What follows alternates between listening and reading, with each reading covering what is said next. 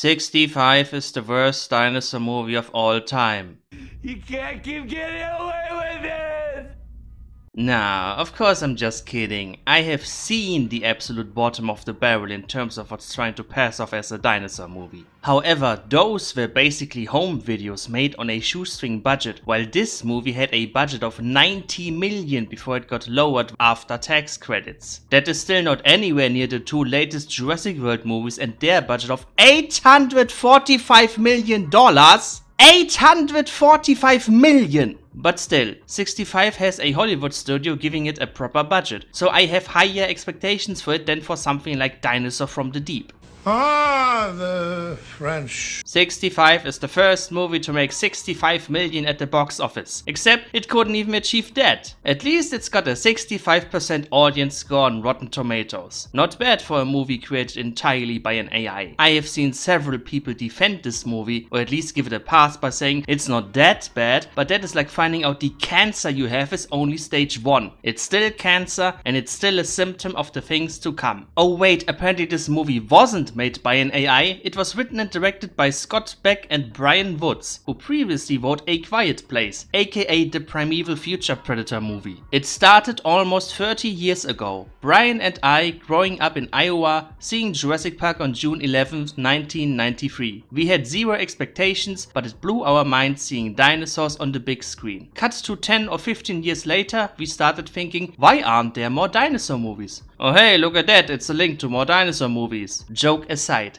they are correct that nowadays the Jurassic World franchise basically holds a monopoly on dinosaur movies and we really need more variety. But if you think you gotta support 65 just because it claims to be an original dinosaur movie, where the fuck are your standards? This movie is just a big underwhelming nothing, which makes more sense when you know that it had a messy production history. I have never before first heard about the existence of a new movie not from a press article or a promotional teaser, but from some insider leaking that it had very negative test screenings. On one Reddit thread about the movie, someone left the following comment. I worked on it. It was a complete fucking disaster on set. The two directors couldn't make a decision to save their lives. They were totally fucking clueless, and I have no idea why anyone thought they should have access to the kind of money they had. Driver knew it too, and he let them know it. Every day I wake up and I hope you're dead! He was also kind of a dick. The production was cheap as fuck and there were a bunch of assholes on it that screamed at you all the fucking time. The story changed too. They definitely reshot shit after filming Raptor and the crew knew they didn't have a movie. He was supposed to crash cause space was lonely and he did drugs on the ship to cope with it, but they cut that part out. It had so much potential to be a great origin of man story and they just fucked it up at every turn. Now I know a random Redditor's comment should be taken with a grain of salt, but I am inclined to believe him. Knowing what a shit show the production was and how bad the finished movie is makes their glossy behind the scenes video all the more pathetic. The inspiration behind 65 was always that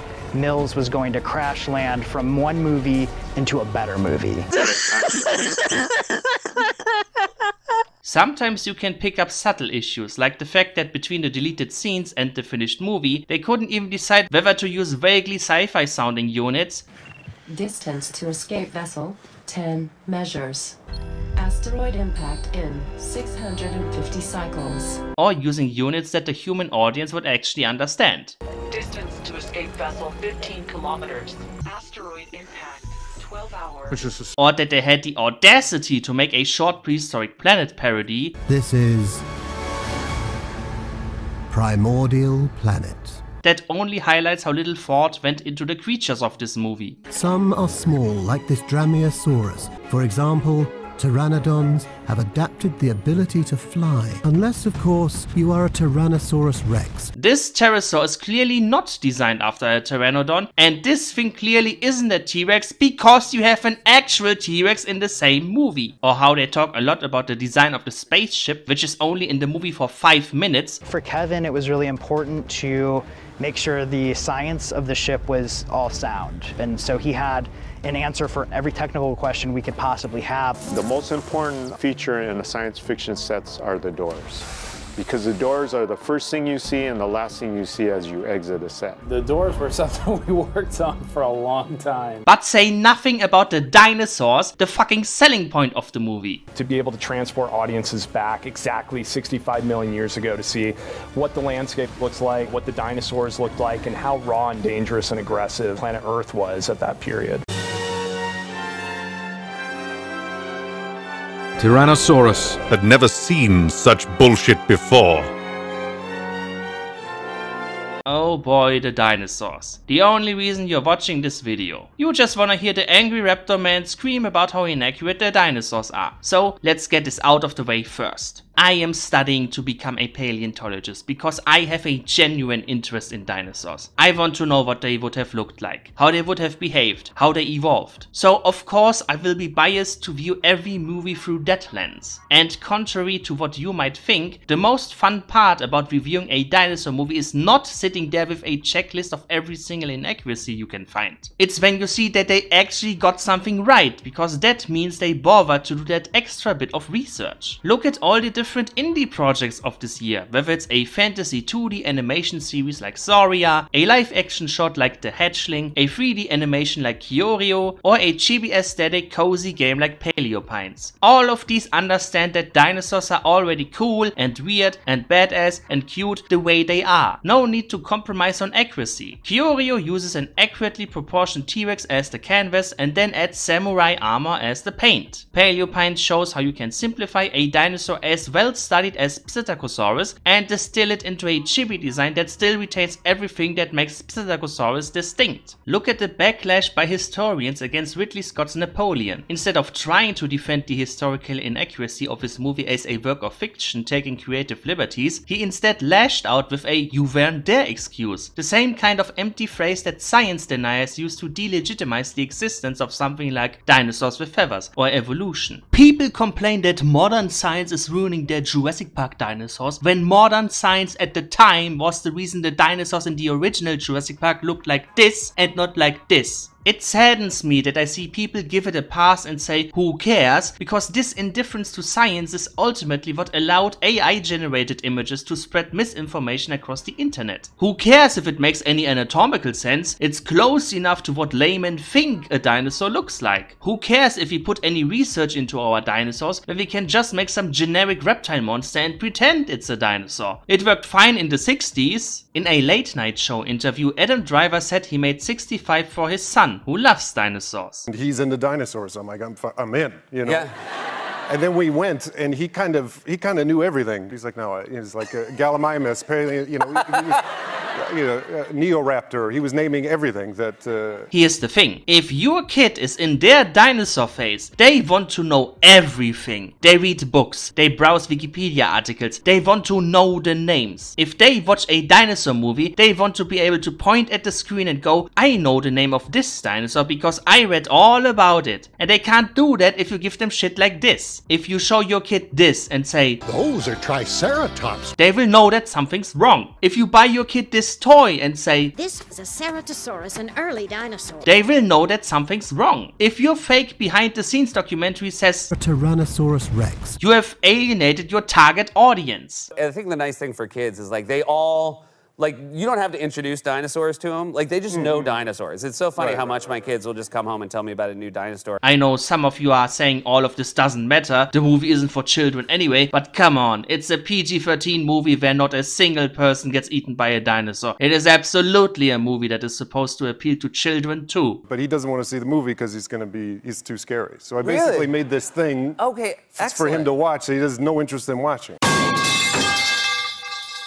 What makes this even more irritating is that in interviews the filmmakers assure you they did do their homework on the dinosaurs. We made a conscious effort to bring on paleontologists and scientists to give us the research, show us new fossil data. We wanted a realistic, modern view of a dinosaur. Then we Venn diagrammed another circle for nightmare fuel. What's scary? What feels otherworldly? We have the staples of the late Cretaceous like the Tyrannosaurus Rex and the Oviraptor. Fossil excavation is fairly new in human history, history, Brian and I would constantly email and text each other about new fossils found. Every single dive in the Mariana Trench, there's new species found. We wanted to make sure we had correct information on what certain dinosaurs would be, but also the X factor. What feels scientifically tangible, but also cinematic. At the end of the day, we're trying to make a terrifying movie. Scientifically tangible? Scientifically tangible? The only thing tangible is the back of my hand if I ever meet you in person. You cannot convince me that a paleontologist signed off on these designs. And that becomes more apparent when you look at the credits and see that their only listed dinosaur consultant is Neville Page, a creature designer. Nothing against him or his art, but he designs creatures, not specifically dinosaurs. Oh look, the only previous dinosaur project on his resume is Terra Nova, which also had notably mediocre dinosaur designs. But even if I think he's the wrong man for this job, I would still like to at least hear his thoughts on the design process. Why doesn't the dinosaur consultant get to talk in the behind the scenes instead of the guy who designed the fucking spaceship doors? The more you look for 65 creature concept art, the more you get a feeling of what a mess this whole production was. This Pegomastix and Lystrosaurus are by Peter Koenig, and you probably know that neither of these animals lived anywhere near the end of the Cretaceous.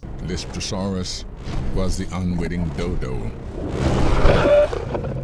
of its age. Then we have another concept artist, Keita Okada. And this is where we get into outright body horror, like this T-Rex with a broken spine and fucked up gums. Now this looks like something that should be called Ebola Rex. It is important to know that Okada's portfolio also has concept art for a completely unrelated project, a Nodosaur for a Japanese documentary, and that one looks perfectly serviceable. So they clearly know what a dinosaur is supposed to look like, which means this horrible T-Rex design was dictated by higher ups. Some out-of-touch guy, probably the filmmakers, must have told Okada to make the dinosaur designs more monstrous. Maybe they even said make them more similar to popular designs like the V-Rex or the Indominus Rex. In which case, aren't you glad that these are the guys that want to break the monopoly of the Jurassic Park franchise? We can also see this game of telephone with the Pegomastix. Peter Koenig's Pegomastix looks a bit freaky, but it's still clearly recognizable as being based on the reconstruction that was everywhere in the press back when this dinosaur was published. Then Okada turns it into a spiky four-legged beaks with such wrong dentition that I would never be able to identify it as a Pegomastix if I saw this in the movie. Well, luckily this abomination isn't in the movie. Unlike, oh my fucking god, this artwork is labeled Lago, so presumably this is based on Lagosuchus, a tiny lanky dinosauromorph that is often portrayed as a dinosaur ancestor in books. Well, Okada took the word lanky to the extreme, and now we're looking at the most off-putting dinosaur design since Primeval's Tree Creeper. I guess it wasn't enough that the writers had ripped off the future Predator before. Speaking of Primeval, the VFX company Framestore actually worked on 65, and there is an article where someone from Framestore talks about 65, and he does confirm that it's a Lagosuchus. Knowing for certain what these are supposed to be doesn't make the models any better though. Where are their organs? Even a fucking Gypto has more meat on its bone, and that's an insect. Look at them gyrating their hips like they're trying to start the next Jacko pose challenge. The only thing scary about these is the possibility that YouTube will flag this video for depicting eating disorders, because those creatures really put the Rex in anorexia. And weird, this is yet another creature that lived way earlier than 65 million years ago. When you consider that some people believe the big quadrupedal predator is based on a Rauisuchian, we actually have quite a few Triassic animals. Maybe at some point early in development this movie wasn't supposed to take place at the end of the Cretaceous and was actually set in the Triassic period. That would actually be a new and uncharted setting for a dinosaur movie, which of course means it is way too above the imagination of these two numbskulls. Speaking of imagination and the lack thereof, maybe it is time we finally head into the movie's plot. The movie opens in space, where floating text reassures us that this is set before the age of mankind, and what we're seeing is another civilization on a distant planet called Somaris. Oh, you probably assumed from the look of the movie that this would be some kind of time travel adventure.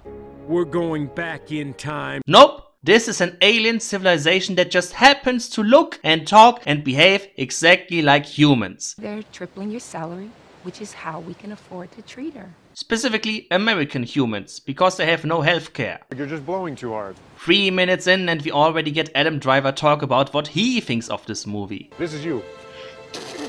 His character is named Mills because this movie wanted to remind me of the character which I hated the most in Jurassic World Fallen Kingdom. People say Adam Driver is carrying this movie. Well, to be able to carry something, that something has to have weight. This movie got no weight. Next, we see the ship in space, with everyone on board being in cryosleep except for Mills, who is in regular sleep, when the ship suddenly gets hit by asteroids. You would think an advanced spaceship would be able to detect asteroids before they're already too close, or if it can't, that the sole responsible pilot wouldn't sleep on the job. This only makes sense when you recall from the Reddit post that originally Adam Driver's character was supposed to be depressed and taking drugs, making him directly responsible for crashing the ship. But the finished movie makes it look like both he and the ship's technology are just incompetent. This is also when we are getting introduced to the most annoying character in the movie. No, not the little girl, but Exposition Bot. Zoic Exploratory Charter 3703. Unexpected meteor activity detected. Emergency landing. This fucking computer voice is there to explain every single thing that is happening for the audience. Cryogenic failure. Section of the Zoic located. Irregularity detected. Unable to identify irregularity at this time. Proximity scan initiated. Catastrophic asteroid detected. Collision imminent. Impact imminent. Impact imminent. Impact imminent. Alright, we get it! This is a movie that is not in the language of English or Alien, it's in the language of cinema and visual storytelling. For how much they talk about visual storytelling, they sure have a lot of moments where this computer is pointing out things that the audience would still be able to follow along with on their own. I'm surprised the AI voice didn't get a credit, considering it speaks more words throughout the movie than the girl does. After the crash, Mills is injured, which would be suspenseful if this would actually handicap him throughout the movie, but no, he immediately fixes it with some kind of healing spray. And if you thought maybe that healing spray will be relevant later, no, we don't see it ever again either. There is one shot of his injury later, but it doesn't seem to actually have any negative effect on his capabilities. Oh look, here's Kevin Ishioka's super awesome door! And that's the last we'll ever see of it. Aren't you glad that behind the scenes talked so much about this door instead of, I don't know, the creatures in this movie? Like this giant fish thing, what is that? Surely we're gonna see more of that later, right? No! No fucking joke. This shot is all you get. It doesn't attack Mills. We don't even get to see what the rest of that thing looks like. Just a random water creature that exists solely to tease you when you see it in the trailer. Same with whatever kills this random pterosaur. I hope you weren't expecting to see a Quetzalcoatlus in this movie, because that would require the filmmakers actually do the research to know that an animal like that even existed. Something that is terrifying and otherworldly and scientifically tangible, just like they claim their creatures supposedly are. Aware of this missed potential, Adam Driver contemplates killing himself to escape from starring in this movie. Another scene that only makes sense when you know from the Reddit post that the crash was originally his character's fault. But with the direct accountability removed, it just makes him look like he's giving up too fast. Sure, everyone else on the ship is dead, but he can still send out distress calls. Oh yeah, everyone else on the ship in their cryo chambers has died in the crash, with the exception of the little girl. So she and Mills will be the only human characters for the rest of the movie. Which means this dinosaur horror adventure cannot even have a body count. The one saving grace of even a bad dinosaur movie is usually the thrill of seeing a few extras get eaten, and we won't even get that gratification. Mills stumbles upon a dinosaur footprint and looks super shocked and terrified, except he's an alien. He's not a human who would know what a dinosaur is. This might be a shock to the audience, but to the characters, it does not matter that these are dinosaurs. These could just as well be actual alien creatures, and it would not make a difference. There's something alien out there. It's about going into an alien environment, the challenges of the alien environment. There really is no justification why it has to be human-looking aliens on a planet with dinosaurs instead of alien creatures, beyond that this is the most convenient execution. The atmosphere is breathable. And then we get the title reveal. 65 million years ago, a survivor crash landed on Earth. What a long-ass title. It's like the director saw what some other movies do, where you first have expository text, which then fades out to reveal the title, except they do it in reverse, so it's super awkward to read. Based on how long the title holds on just the word Earth, they clearly wanted this to be a reveal in the cinema, which is insane to me. The movie was already a huge bomb. Could you imagine how much less it would have made if the marketing didn't even reveal that the creatures were gonna be dinosaurs? Even some of the trailers have the tagline, "When past meets future," or "Humans discovered Earth." Whoever was in charge of the marketing had more interesting ideas in mind than what the actual premise turned out to be. And that's when future meets past. Scratch that, even the people working on the movie had no fucking idea what they were making. And colliding that with this idea of a human who was around at the same time, it was really exciting to us. The filmmakers just wanted a movie where a guy shoots dinosaurs with a laser gun, and because a time travel storyline would have been too ambitious for them to write, and an actual alien visitor with alien technology would have been too ambitious to design, they went with the laziest solution. And you probably already know at this point, but the Cretaceous-Paleogene boundary has been revised to not be 65 but 66 million years old. Planet Earth, 66 million years ago. Even La Brea got that right, and that's a TV show where they carbon date a diamond. All right. Give me the afternoon. I understand that so many generations of people have grown up with books and documentaries using the number 65 that it's now too iconic to change. They had to establish this kind of Pangean Earth. Similar to how the name Pangea is too iconic for anyone to care that the supercontinent was no longer present by the time of the Cretaceous. We felt like it'd be an extraordinary opportunity to be able to transport audiences back exactly 65 million years ago. But imagine how funny it would be if this movie actually did take place minus 1 million years from the extinction event, and instead of a forest full of dinosaurs, the characters would traverse a post-apocalyptic wasteland with a lightless sky, where every dead thing is covered in fungi, and where the dominant surviving predators are crocodiles, ghast, and turtles. That seems like a more alien environment than anything in the actual movie. Mills arrives at a field with geysers, which only exists to set up something stupid for later. Be careful, that water's hot.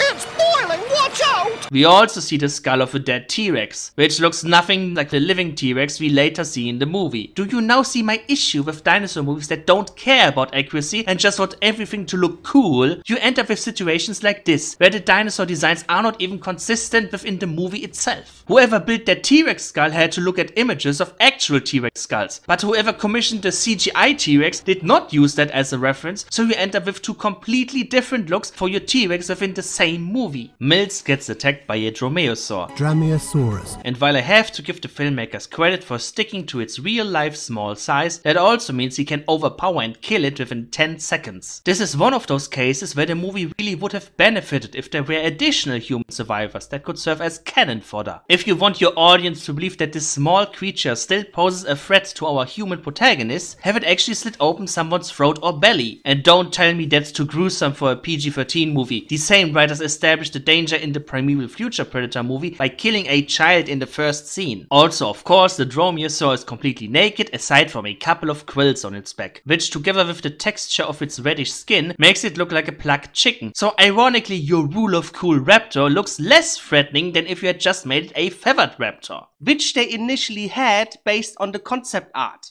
We were on the verge of greatness. We were this close. Mills encounters the girl, and when they hear a dinosaur approaching, they head back to the spaceship. There was actually a deleted scene where they hide from the dinosaur inside a carcass. It's a pretty suspenseful scene that seems necessary, as it is the first moment where the girl realizes how dangerous this planet is. But maybe someone cut it out after realizing how stupid it is that they're hiding from a meat-eating dinosaur inside a carcass. The girl's name is Koa, and it turns out she speaks a language she cannot translate. So it wasn't enough that the supposedly original movie had to repeat the lone wolf and cub trope we have seen a million times at this point, but they specifically had to do it in the Logan way. This is a movie that is not in the language of English or Alien, it's in the language of cinema and visual storytelling. But like anything else in this movie, they implement this trope in the most half-assed way. That's how you get home. Home. What? Home. Yes, family. Family. Quiet Quiet. and move. Move. That's the launch button. What? She immediately understands every important phrase anyway. You have to listen to me. You're gonna get yourself killed. This is my daughter. You understand? At that point, why even bother with the language barrier unless you just needed an excuse to minimize the amount of dialogue you have to write? Sleep. Sleep. Apes together! Strong! The only narrative reason is that Mills convinces her to join him by pretending like her parents are still alive and located where the shuttle is. But you don't even need a language barrier for that. You can just have him lie to her, which is what he ends up doing anyway. On the top of the mountain.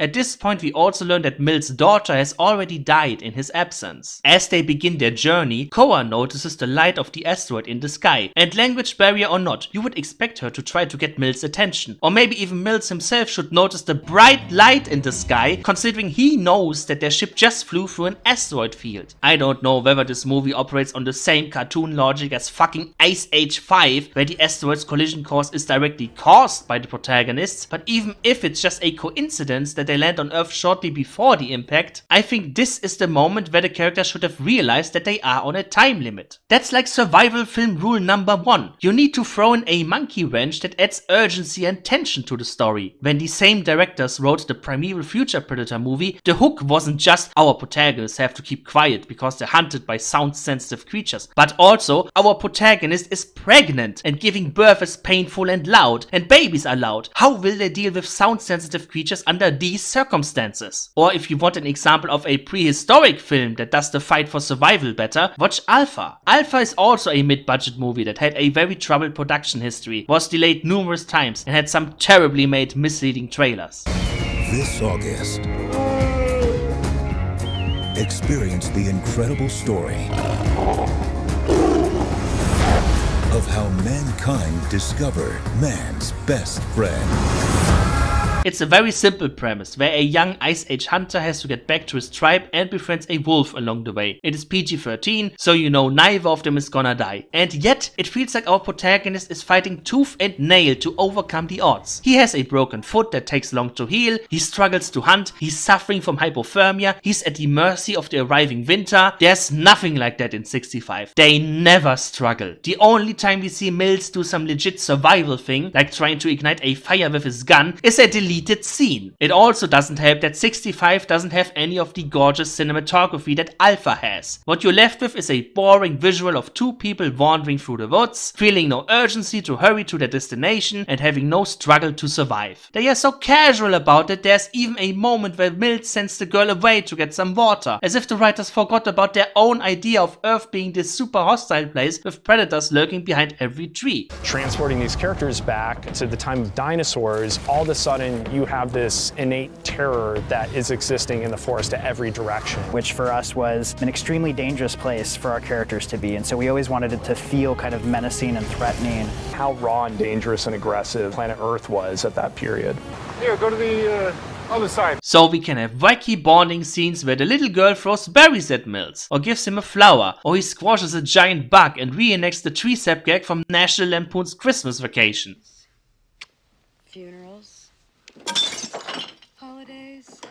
Then they rescue a baby dinosaur from a mud pit, and what the fuck is this? This looks like the unholy offspring between Speckles Jr. and an ankylosaur. So fun fact, do you remember the negative test screenings I mentioned? One of the mentioned scenes had a 3-legged baby ankylosaur, just like this one designed by Neville Page. This was one of the scenes it was in. Another dinosaur that was mentioned was apparently Triceratops, and one of the feedbacks of the test audience was to have more carnivores and less herbivores, because herbivores are just too boring, I guess. Of course, a dinosaur movie headed by ill-advised filmmakers also had to be screened to an ill-advised test audience. So my guess is that they replaced the Ankylosaurus model with this theropod-looking big-headed dinosaur so that it would have no longer a boring herbivore in this scene, even though it's a helpless victim, so what difference does it make that this is now no longer a herbivore? When I first saw this armored, theropod-like thing, I actually thought of another dinosaur, Jacapil. Jacapil was only published half a year before 65's release, so it is rather unlikely that this mess of a production would have managed to create a new model from scratch and finish the animation for the movie, although the filmmakers did say they constantly text each other about new fossils found. I only bring this up because I once said that Juckerpill is what people with zero dinosaur literacy think all dinosaurs look like, and considering the other dinosaurs in this movie, I can easily see the filmmakers inventing a design similar to Juckerpill by accident. You know, a spiky armored bipedal reptile that makes no sense to be a theropod or ankylosaur. Based on Peter Koenig's concept art, it even looks like this was originally the role of the Lystrosaurus back when this movie had Triassic creatures for some reason. After I spent so much time talking about this dinosaur's design, you're probably wondering what role it plays in the movie. Well, they get it out of the mud pit and it gets immediately eaten by a pack of naked troodons. It happens so rapidly that I can't tell whether this scene is supposed to be shocking or funny. Now I wonder what the original plan was back when this was still a three-legged baby ankylosaur. Because if this scene originally showed an already crippled baby dinosaur being viciously torn apart by predators, well, no wonder test audiences hated it. Or maybe they were gonna save the baby ankylosaur and at some point later it was gonna return with its mother and rescue the protagonist from a predator. It might be cheesy, but it would be the closest thing to any story progression happening in this movie. Because as it is, you could edit every dinosaur encounter in a different order and the movie's pacing would remain the same. Mills falls from a tree and dislocates his shoulder. Now the Lagos show up. And hey, we could actually get a tense scene for once. Now that he is unable to use his gun, our protagonist will have to think of a different way to defend themselves. Except the Lagos just approach super slowly, laughably slowly, so Mills has all the time in the world to rearrange his shoulder.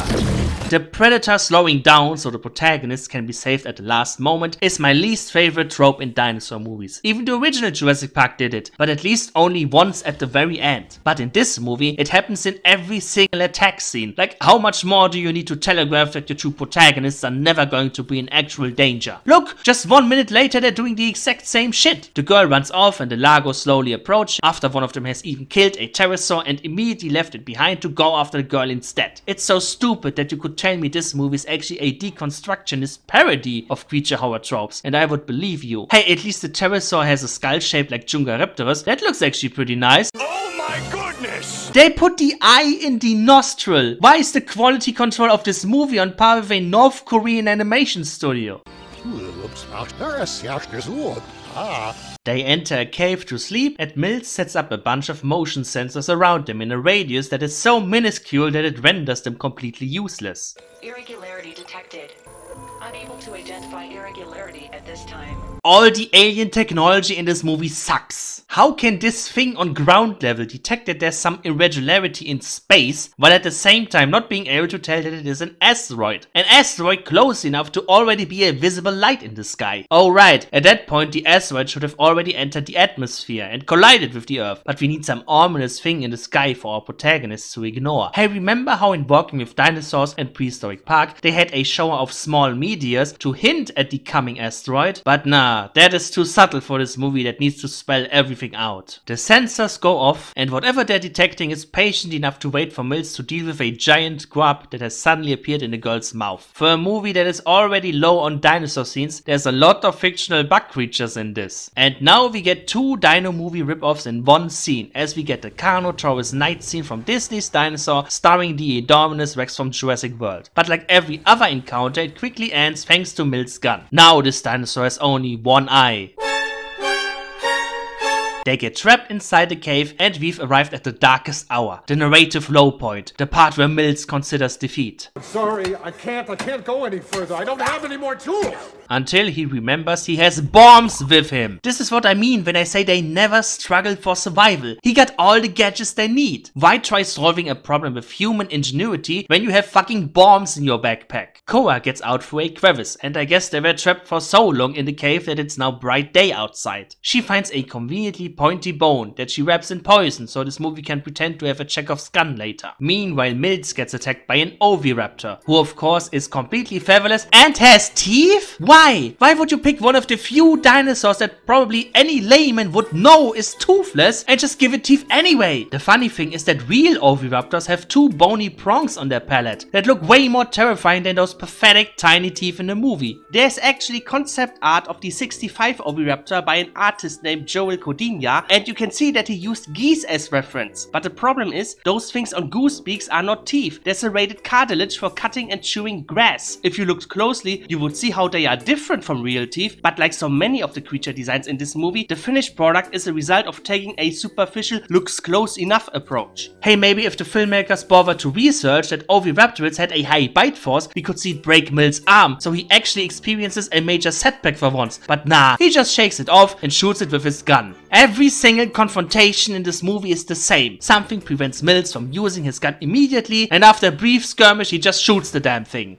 Catastrophic asteroid detected. Collision imminent. Oh, now his ground level device can tell that an asteroid is heading towards them. I still think he should have been made aware of this earlier in the movie. Could you imagine how much harder being trapped inside the cave would have felt for him if you already knew about the impending doom? Then he falls into quicksand, because this film has exhausted all dinosaur movie cliches and is now just doing bad movie cliches in general. Actually, in this movie, we have like a quicksand sequence, which I remember when I, well, maybe I shouldn't say, but when I was a kid, there was quicksand everywhere. Yes. Quicksand was very popular. Meanwhile, Koa gets attacked by a raptor, which manages to waste a perfectly good ambush. This would be like if in the clever girl scene from Jurassic Park, the Velociraptor just patiently waited for Muldoon to actually shoot it. Clever girl.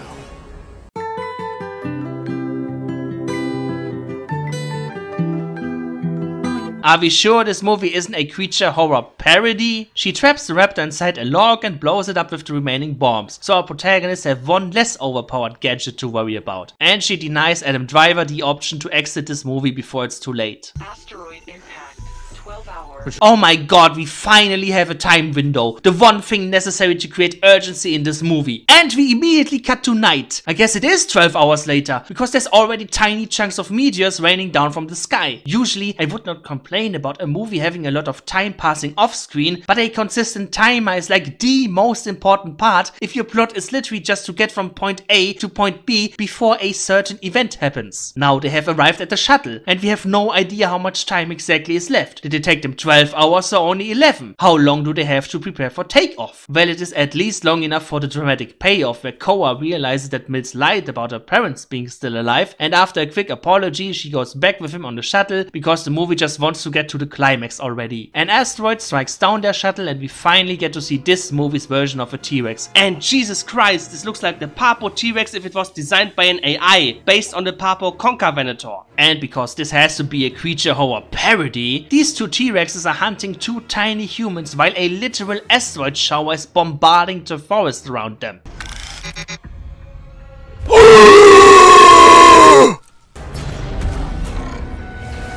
Oh no! Oh yes! Finally a scene where he cannot just rely on his gun and has to actually think of a different solution. A solution that is just hiding under a piece of rubble and recharging his gun. Koa distracts the T-Rexes by playing a hologram of Mills' deceased daughter. This is the only good scene in the entire movie. We finally get an interaction between dinosaurs and alien technology that isn't just getting mowed down by laser guns, and Mills gets the catharsis of finally letting go of his daughter. Imagine how much harder this scene would have hit if this was also the moment where the audience first learns that Mills' daughter is already dead, instead of us already knowing that she is dead anyway, and that saving Koa is his only remaining motivation before the journey even starts. Now that Mills has dealt with the T-Rexes, we can finally get to the second climax of the movie. Ability within is just beneath the skin. I must confess that I feel like a monster. Yep, It's the one-eyed dinosaur with which they had a 20-second standoff in a cave. Clearly that left such an impact on them that they now need to reveal it like it's supposed to be the main antagonist of the movie. Well, I'm calling it a dinosaur when it is clearly not, because there is no giant quadrupedal dinosaur with a T-Rex-like head, unless this too was designed by North Koreans. Now I am even more mad that this movie has no herbivores. Imagine what their Triceratops would have looked like. I always come back. The funny thing is, in the trailer they were clearly hiding the fact that it is quadrupedal. And even in the earlier cave scene, it's clearly walking around just on its hind legs like a regular theropod. So why are they acting like it walking on 4 legs is some kind of plot twist? It doesn't change anything for our protagonists, who don't even know what a dinosaur is, and the creature doesn't use its huge arms for anything it otherwise couldn't have done. The only plot twist is that your dinosaur models are even shittier than marketed. This also highlights the thing I pointed out about your target audience wanting to be able to identify the dinosaurs on screen. The only reason we can infer that these lanky boys are based on Lagosuchus is because we have concept art labeled Lago. But for this guy, we have nothing. Is it another misplaced Jurassic animal like a Rauisuchian? Or did the filmmakers really just think, oh, you know what's better than a T-Rex? A T-Rex with big arms. In the behind the scenes, they show a side-by-side comparison of the storyboard and the finished scene, and you can even see that it was just a regular T-Rex in those sketches. Same with the concept art by Kevin Ishioka, and in the fake documentary they just called it T-Rex as well. Unless, of course, you are a Tyrannosaurus Rex. So it really seems like nobody working on this had any idea what this thing was supposed to be. Tyrannosaurus had never seen such fucking bullshit before. Anyway, now that Mills' gun is finally empty for good, he tells Koa to launch the ship without him, as he lures the dinosaur away from the shuttle. And because we really need to exhaust every bad creature horror trope, this giant galloping dinosaur cannot outrun a man who even falls and limps at one point. Mills arrives at a field of geysers, which I can only hope is not supposed to be the same ones as in the beginning of the movie, because location teleporting breaks the whole point of plots where you have to get from point A to point B. Also, it has become day again. Do you now understand why I have such an issue with how time progresses in this movie? Anyway, once again this dinosaur, which just a few seconds ago was charging at max speed, has now come to a stop to stare down Mills until Koa gets a surprise attack on him. This movie has done the same trope like what, 4 times now? And because getting stabbed in the eye with a poisonous bone wasn't an epic enough death for such an iconic movie villain, he gets boiled to death by the geyser too. They head back to the ship and launch off before the asteroid hits Earth. And I'm sorry, I have to bring up accuracy one last time. Because if you've ever watched any dinosaur documentary or picked up any dinosaur book, you know that the asteroid didn't land directly in the forests of the American West, but in the waters of the Gulf of Mexico. This means you could have had our protagonist still be on Earth to witness the impact, and then have one final action scene where their ship has to escape an approaching tsunami or shockwave. Prehistoric Park had a more thrilling asteroid scene than this. The sonic boom it creates is one of the loudest noises the world has ever known. It releases a blast front moving at 100 times the speed of sound. The cloud of ash will soar into the sky and molten rock will start raining down, igniting global wildfires. And as it mushrooms out, it will engulf the entire world in a blanket of darkness. All this is just 3 minutes away. Or imagine if they had done something like the Trinity test scene in Oppenheimer, where you see the silent flash of the explosion before getting hit by the delayed sound wave. And now I am become death, the destroyer of worlds.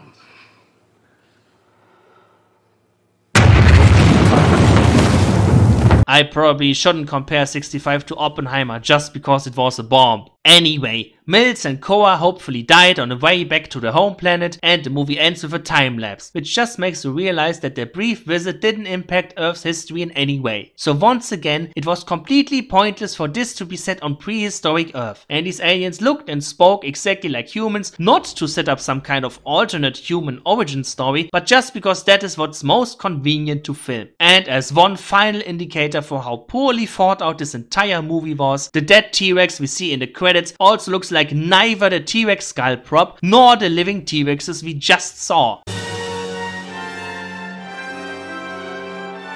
Bullshit. And that was 65.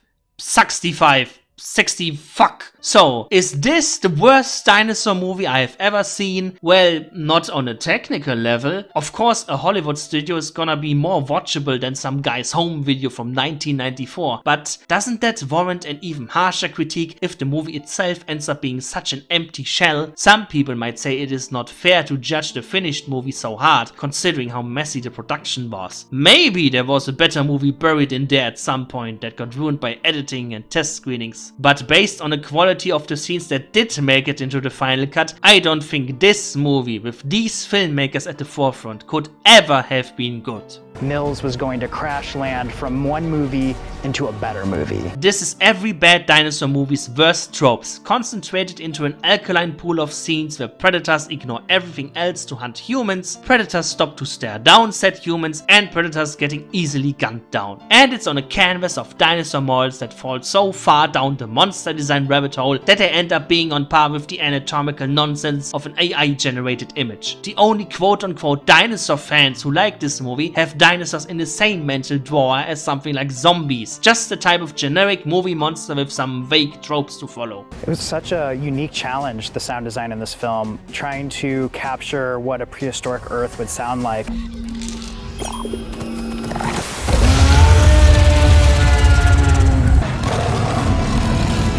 But even if you wanna ignore the dinosaur aspect, there's just nothing interesting in the rest of the movie either. There is no interesting story, no interesting characters, no interesting world, no interesting challenges to overcome. Giving this movie a positive review because it technically fulfills the quota of a 90-minute sci-fi movie with a handful of action scenes is like praising a student for doing the bare minimum effort to get a D-. And I cannot give a pass to such a boring, generic movie made by filmmakers who set out to make something new and different, and whose idea of scientifically tangible dinosaurs looks like this. Relative to its budget, I think this really is a worse dinosaur movie than all the amateur shit I've previously watched. I finally reached the end of the line. I have found the worst dinosaur movie of all time, which means I am finally free from this self-inflicted curse.